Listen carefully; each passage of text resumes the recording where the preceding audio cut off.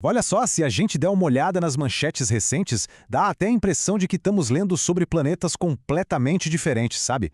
No minuto a gente vê tensões militares altíssimas no Oriente Médio, travando rotas inteiras de navios. No minuto seguinte, rola uma chuva de tarifas sobre carros europeus. E aí, do nada, um acordo comercial gigantesco começa a baratear o preço de queijos e vinhos aqui no Brasil. Parecem coisas totalmente isoladas, não é? Mas não são. O que é fascinante sobre a nossa análise de hoje é justamente isso.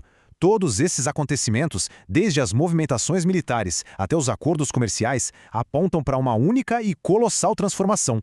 A ordem internacional, do jeito que a gente conhece, está passando por uma mudança drástica. É como um tecido gigantesco. Em alguns lugares, ele está claramente esgarçando, mas em outros, curiosamente, está sendo recosturado e reconstruído. Para a gente montar esse quebra-cabeça e enxergar a imagem completa, vamos dividir a nossa jornada de hoje em algumas partes. A gente vai passar pela pressão atual sobre a ordem internacional, entender o baque real das crises humanitárias, ver de perto essa fratura nas alianças ocidentais tradicionais, mergulhar nos novos pactos comerciais e, no fim das contas, tentar desvendar o futuro das regras globais. Vamos lá? Então, bora para o primeiro ponto. Antes da gente começar a analisar frotas de navios ou tarifas de importação, precisamos entender as fundações de tudo isso. Afinal, como é que as nações entram em acordo ou simplesmente falham em concordar sobre as regras do jogo no mundo? Tem uma frase que resume perfeitamente o clima atual. Durante um encontro lá em Pequim com o primeiro-ministro da Espanha, Pedro Sánchez, o presidente chinês Xi Jinping soltou exatamente essa. A ordem internacional está desmoronando em desordem. É um negócio muito forte. Pensem bem, os líderes das maiores potências do mundo não estão só agindo na surdina. Eles estão reconhecendo em alto e bom som que a estabilidade global está rachando. E como o acadêmico Paul Post argumenta na sua análise sobre a política mundial, esse é um sentimento que muitos, mas muitos governantes ao redor do globo compartilham hoje. Mas afinal, o que é essa tal de ordem que estaria desmoronando? Bom, o conceito moderno nasceu lá na Primeira Guerra Mundial, quando o presidente americano Woodrow Wilson propôs aqueles famosos 14 pontos para criar uma paz baseada em princípios universais. Mais pra frente, em 1937, o secretário de Estado Cordell Hull bateu na tecla de que a ordem significa basicamente as nações seguirem regras amplamente aceitas com um objetivo claríssimo: evitar ao máximo que os países usem a guerra para resolver suas tretas. Foi isso que formou a base do que a gente chama de ordem internacional liberal, que deu origem a instituições como a ONU e o Banco Mundial logo depois da Segunda Guerra. A ideia sempre foi muito simples na teoria: promover a estabilidade, abrindo o comércio e limitando o uso da força. Só que, na prática, as coisas estão bem diferentes hoje. Os pilares daquele sistema lá de trás estão sendo ativamente ignorados. Estamos vendo a força militar voltar a ser o primeiro recurso na mesa e não a última opção de desespero. A integridade territorial, que era praticamente sagrada depois de 1945, virou um detalhe secundário. E a coerção econômica? Bom, essa virou rotina total na política de poder. O sistema está desgastado justamente porque os estados que eram fundamentais para manter a casa em ordem simplesmente perderam o interesse em seguir o manual de instruções. E aí a gente sai da teoria e esbarra com força na realidade. Quando essas regras falham, pessoal, o custo humano e material é quase instantâneo e é pesado. Vamos ver como essa quebra de regras se parece lá na ponta da linha, no meio das águas internacionais e nas rotas de ajuda humanitária. Para vocês terem uma ideia, pensem neste incidente recente, que é um sintoma escancarado dessa fratura. Em 30 de abril de 2026, forças de Israel interceptaram a Flotilha Global Sumud. Era uma iniciativa civil pacífica levando atenção humanitária para a crise em Gaza. Só que o detalhe crucial aqui, o que causou um verdadeiro furacão diplomático, foi que a abordagem aconteceu em águas internacionais, na altura da Grécia, e os ativistas foram levados lá para a ilha de Creta. Na mesma hora, 12 nações, lideradas por países como Brasil, Espanha, África do Sul e Turquia, lançaram uma declaração conjunta pesadíssima condenando a ação como uma violação clara do direito internacional. Governos como o do Brasil e o da Espanha exigiram o retorno imediato dos cidadãos e acesso consular na hora, tratando essa interceptação fora da jurisdição como algo passível de ir parar nos tribunais internacionais. E além dessa tensão direta, rola um efeito cascata gigantesco na economia da ajuda humanitária. Aquele conflito no Irã, que já passa dos 60 dias, bagunçou completamente as principais rotas marítimas, incluindo ali o Estreito de Hormuz. O impacto financeiro disso é absurdo. O custo para o Acnur, a agência da ONU para refugiados, transportar ajuda lá de Dubai para o Sudão e o Chad, pulou de uns 927 mil dólares para assustadores 1,87 milhão de dólares. Basicamente dobrou. E a conta é trágica. Cada dólar gasta a mais com o frete é $1 $1 a menos para quem está fugindo de conflitos e precisando de ajuda urgente. E o efeito dominó não para por aí. Esse pesadelo logístico atinge o globo inteiro. As taxas de frete encareceram quase 18% e a capacidade de transporte despencou para 77%. Agora, os navios são obrigados a dar uma volta monumental lá pelo Cabo da Boa Esperança, o que atrasa as entregas de ajuda vital em até 25 dias. As agências da ONU estão tendo que fazer malabarismos, desviando rotas por terra pelo Golfo de Aqaba ou pela Turquia, só para o básico conseguir chegar. Para piorar, o Acnur tem só 23% do orçamento que precisa para este ano e a OMS já está soando alarme para a falta de medicamentos.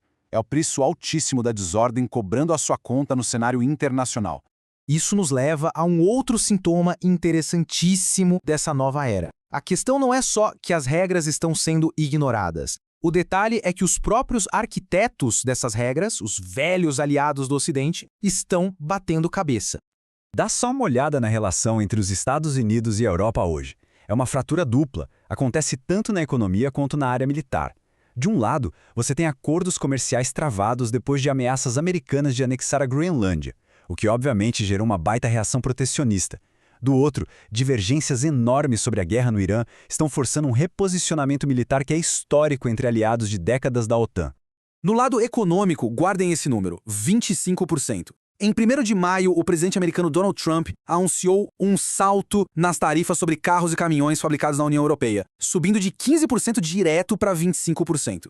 O argumento usado foi que a Europa não estaria cumprindo totalmente um acordo de investimentos nos Estados Unidos feito no ano passado. A base dessa discussão envolve mais de 100 bilhões de dólares em novas fábricas sendo erguidas em solo americano, e a parte jurídica disso é uma loucura, porque essa manobra veio logo depois de a Suprema Corte americana invalidar grande parte das tarifas anteriores em fevereiro. Ou seja, o governo teve que bolar uma estrutura legal provisória novinha em folha só para manter essa guerra comercial de pé. Já no lado militar, o negócio também está tenso. No meio dessa crise toda, o Pentágono anunciou que vai retirar 5.000 soldados da Alemanha em até 12 meses, levando junto uma brigada de combate e artilharia pesada. O estopim foram comentários do chanceler alemão Friedrich Merz, sugerindo que o Irã estaria humilhando os Estados Unidos nas negociações do conflito atual. Considerando que a Alemanha é a principal base americana na Europa, com 35.000 militares lá, é um recado pesadíssimo. E o clima esquentou no resto do continente. Espanha e Itália fecharam o espaço aéreo ou barraram o uso de bases para as operações americanas. Como troco, essas tropas americanas que estão saindo podem acabar sendo enviadas para países que deram mais força nas ofensivas no Oriente Médio, como a Polônia e a Romênia. Mas olha, nem tudo é desintegração. A política global não é uma rua de mão única. Enquanto essas velhas pontes no hemisfério norte estão balançando perigosamente, a gente vê megaprojetos de integração novinhos em folha sendo construídos entre a Europa e a América do Sul. Estamos falando de um mercado de 700 milhões de consumidores e um PIB combinado que bate a casa dos 22 trilhões de dólares. É esse o tamanho colossal da nova zona de livre comércio que no dia 1º de maio começou a operar provisoriamente, depois de, acreditem, 25 anos de negociações entre a União Europeia e o Mercosul. Bem no momento em que o resto do mundo parece obcecado em levantar muros, esse acordo é uma prova viva de que a cooperação econômica ainda tem muita força. E as projeções dão o que falar. Um estudo do IPEA diz que o Brasil pode ter um empurrão no PIB de 0,46% até 2040. Isso significa jogar cerca de 9,3 bilhões de dólares por ano na nossa economia. As exportações do Mercosul podem dar um salto de quase 12 bilhões de dólares. Lá na Europa, a presidente da Comissão Europeia, Ursula von der Leyen, já celebrou o acordo com a estimativa de que as exportações deles para cá vão crescer uns 50 bilhões de euros até o fim da próxima década. É crescimento e investimento indo e voltando. Mas e no dia a dia das pessoas? O que isso muda? De cara, mais de 80% do que o Brasil exporta para a Europa já vai com tarifa zerada. E aos poucos os brasileiros vão sentir no bolso as reduções de preço em produtos como vinhos, queijos, chocolates e, muito importante, maquinários europeus. O maquinário mais barato ajuda a baixar o custo da nossa própria produção nacional indiretamente. Claro que o acordo tem suas letrinhas miúdas. A França, por exemplo, bateu o pé por salvaguardas rigorosas para proteger seus agricultores, o que permite pausar os benefícios temporariamente se houver uma enxurrada de produtos do nosso agronegócio por lá. Ah, e tem um detalhe vital. Todas essas vantagens estão amarradas ao cumprimento de metas ambientais bem rígidas. E a burocracia? Como fica para fazer tudo isso girar?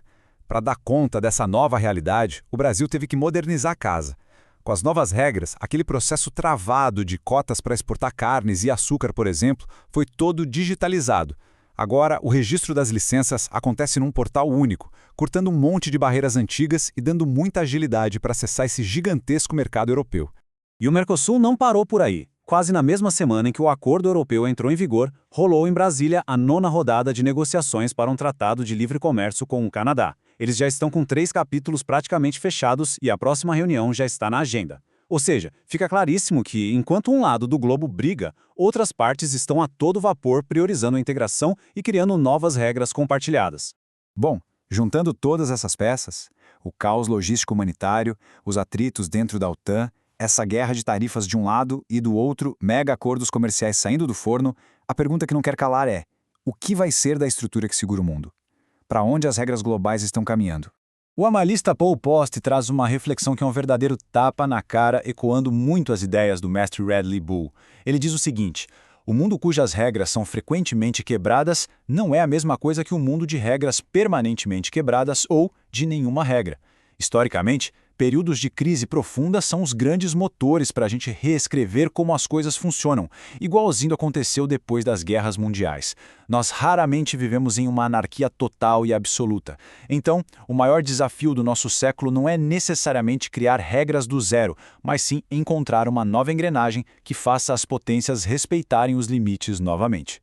A grande questão que fica no ar, olhando para tudo isso, é que estamos numa encruzilhada incrível. Vemos potências usando a força militar e aplicando tarifas como bem entendem, enquanto blocos comerciais tentam unir continentes inteiros. Olhando para toda essa confusão militar, comercial e logística, será que a velha estrutura de Bretton Woods e da ONU aguentam o tranco e consegue se adaptar? Ou a gente já está cruzando a linha para um sistema inteiramente novo que a gente ainda nem sabe o nome? E o que vocês acham de tudo isso? Qual é a perspectiva de vocês sobre o futuro da ordem global? Deixem a resposta nos comentários. Se gostam desse tipo de conteúdo, não esqueçam de curtir o vídeo e se inscrever no canal. E, se gostam desse tipo de conteúdo, considerem nos apoiar. O link do Apoia-se está na descrição. Um grande abraço a todos e até a próxima análise.